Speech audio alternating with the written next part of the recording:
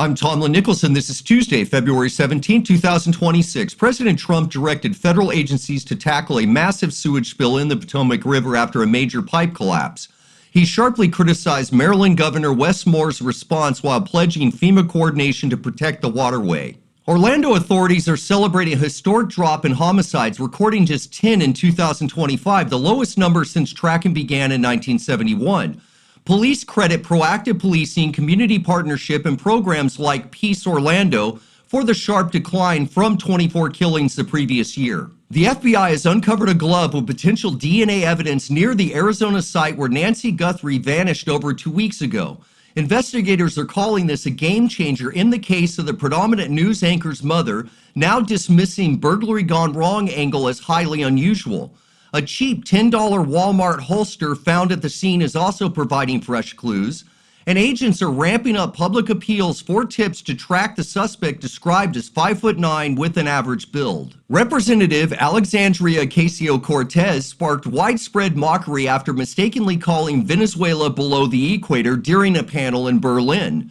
The geography gaffe came as she criticized the Trump administration's capture of Nicolas Maduro, insisting it amounts to an act of war despite the country's actual northern location. Senate Republicans have locked in 50 co-sponsors for the Save America Act, a sweeping voter ID requirement for every federal election that enjoys massive public backing. With calls to kill the filibuster and ram it through, the push aims to slam the door on fraud and restore trust in our elections once and for all. ICE is rolling out a major overhaul to its detention system under what is being called the Detention Re-Engineering Initiative, aiming to ramp up capacity big time for the administration's mass deportation push.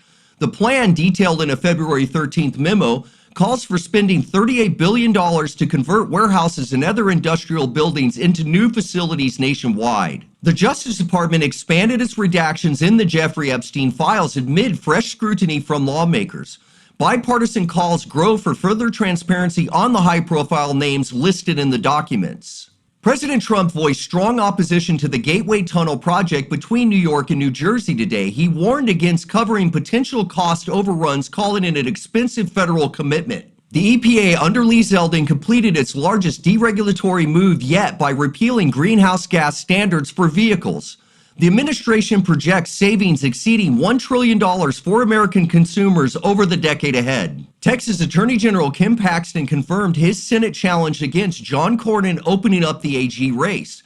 Crowded fields of Republicans and Democrats now compete for the influential state position. Treasury officials report over 500,000 Trump accounts opened for young children since the program's launch. These savings vehicles provide initial federal seed money invested in broader markets for future growth.